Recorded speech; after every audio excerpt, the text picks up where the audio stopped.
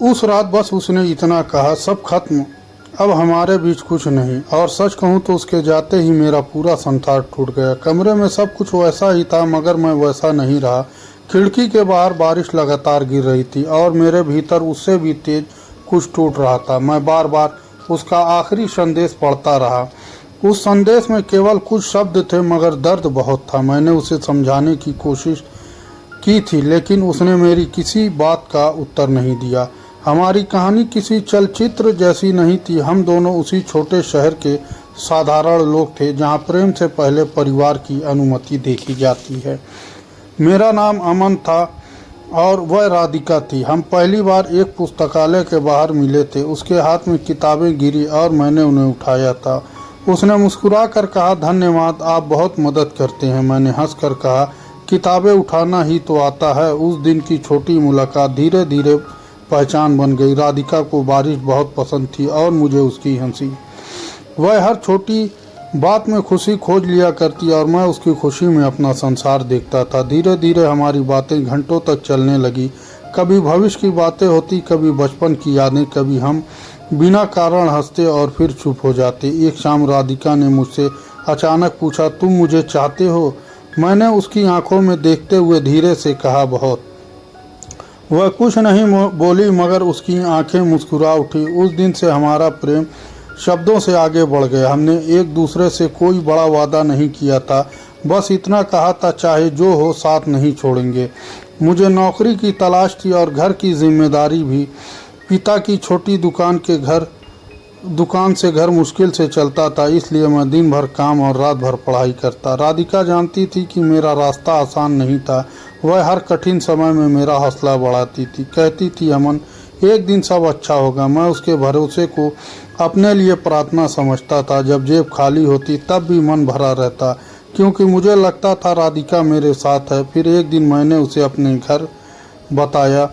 माँ ने मेरी पसंद सुनकर कुछ नहीं कहा। पिता ने केवल पूछा, क्या वह हमारा घर संभाल पाएगी? मैंने कहा, वह घर नहीं, हमारा जीवन संभालेगी।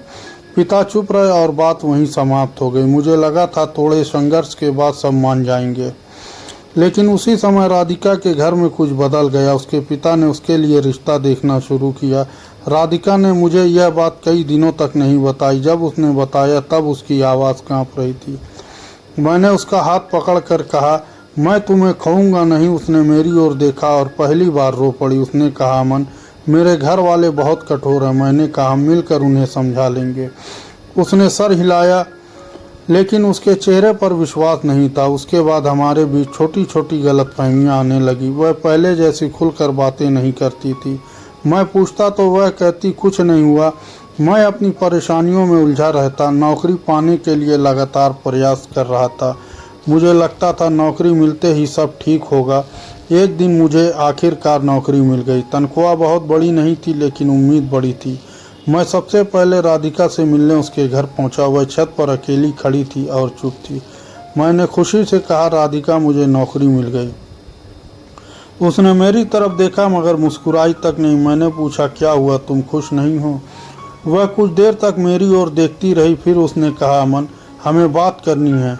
उस एक वाक ने मेरी सारी खुशी छीन ली। मैं उसके सामने बैठ गया और उसका चेहरा देखने लगा। वह बार बार अपनी उंगलियां आपस में दबा रही थी।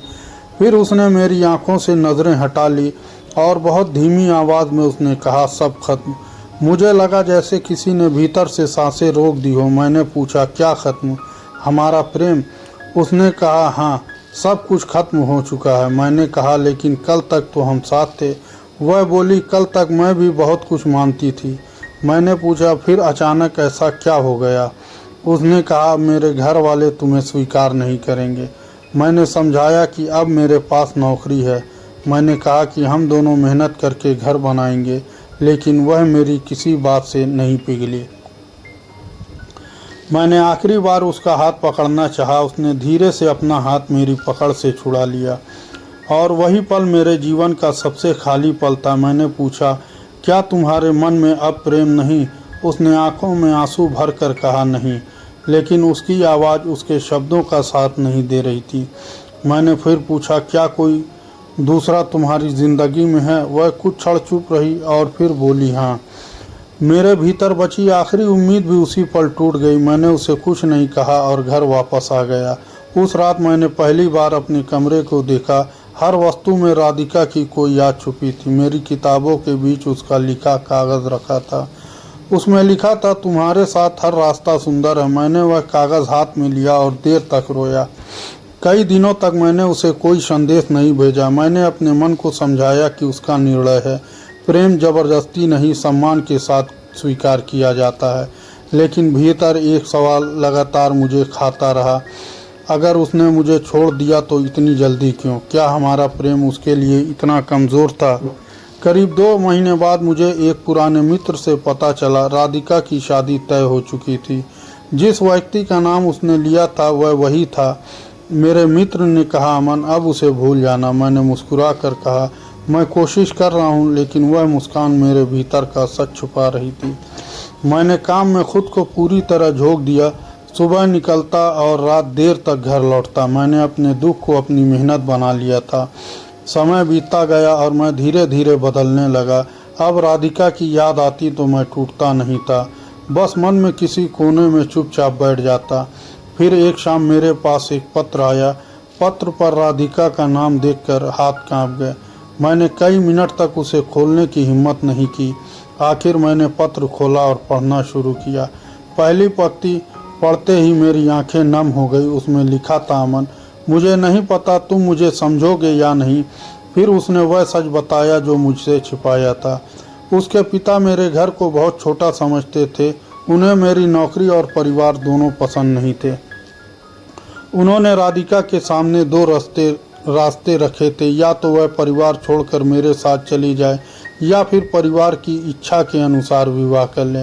राधिका ने लिखा था कि वह मेरे साथ आना चाहती थी, लेकिन वह अपने माता पिता को अकेला नहीं छोड़ पाई। उसने अपनी खुशी से पहले उनका जीवन चुना, लेकिन सबसे बड़ा सच अभी बाकी था। जिस दूसरे व्यक्ति का नाम उसने लिया था वह उसकी ज़िंदगी में प्रेम बनकर आया ही नहीं था, वह केवल उसके परिवार की पसंद था। राधिका ने मेरा मन तोड़ने के लिए झूठ बोला था, क्योंकि वह चाहती थी मैं उससे नफरत कर दूं। उसने लिखा, मैं चाहती थी तुम मुझे भूल जाओ, तुम मेरे पीछे अपना जीवन बर्बाद मत करना, इसलिए मैंने तुम्हें विश्वास दिलाया कि कोई और है। पत्र पढ़ते पढ़ते मेरी आंखों से आंसू गिरने लगे। जिस धोखे को मैं अपनी हार समझता रहा वह दरअसल उसके भीतर छुपा हुआ त्याग था। लेकिन त्याग होने के बावजूद उसका निर्णय मुझे चोट दे गया, क्योंकि उसने मुझे सच जानने का अधिकार नहीं दिया। उसने मेरे प्रेम पर भरोसा करने के बजाय फैसला कर लिया था। मैंने उसी रात उससे मिलने बुलाया। वह बहुत देर बाद मेरे सामने आकर खड़ी हुई। चेहरे पर वही पुरानी मुस्कान थी, मगर आग बुझी थी। मैंने पत्र उसकी तरफ बढ़ाते हुए पूछा, क्यों किया? वह बोली, क्योंकि मैं तुम्हें टूटते नहीं देख सकती थी। मैंने कहा, लेकिन तुम्हारे बिना मैं फिर भी टूट गया। वह चुप रही और उसकी आंखों से आंसू गिरने लगे। मैंने कहा, तुमने मुझे प्रेम से नहीं छोड़ा, तुमने मुझे अपने फैसले से छोड़ दिया। वह मेरी तरफ देखने लगी और कुछ कह नहीं पाई। मैंने पहली बार उसके सामने अपना दर्द रखा। मैंने कहा, तुमने मेरा आत्मसम्मान बचाया नहीं, छीना था।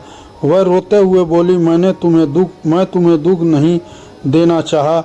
मैंने कहा, प्रेम में दुख से ज़्यादा ज़रूरी विश्वास होता है। तुमने मुझसे सच छिपाकर मेरा निर्णय भी छीन लिया। उसने सर झुका लिया और बहुत देर तक चुप रही। फिर उसने पूछा, क्या तुम मुझे माफ़ कर पाओगे? मैंने उसकी आंखों में देखकर कहा, शायद हाँ।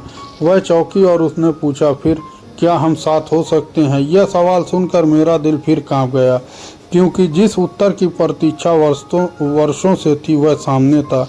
मैं चाहता तो उसी पल उसका हाथ पकड़ लेता, मैं चाहता तो पुरानी सारी बातें भूल सकता था।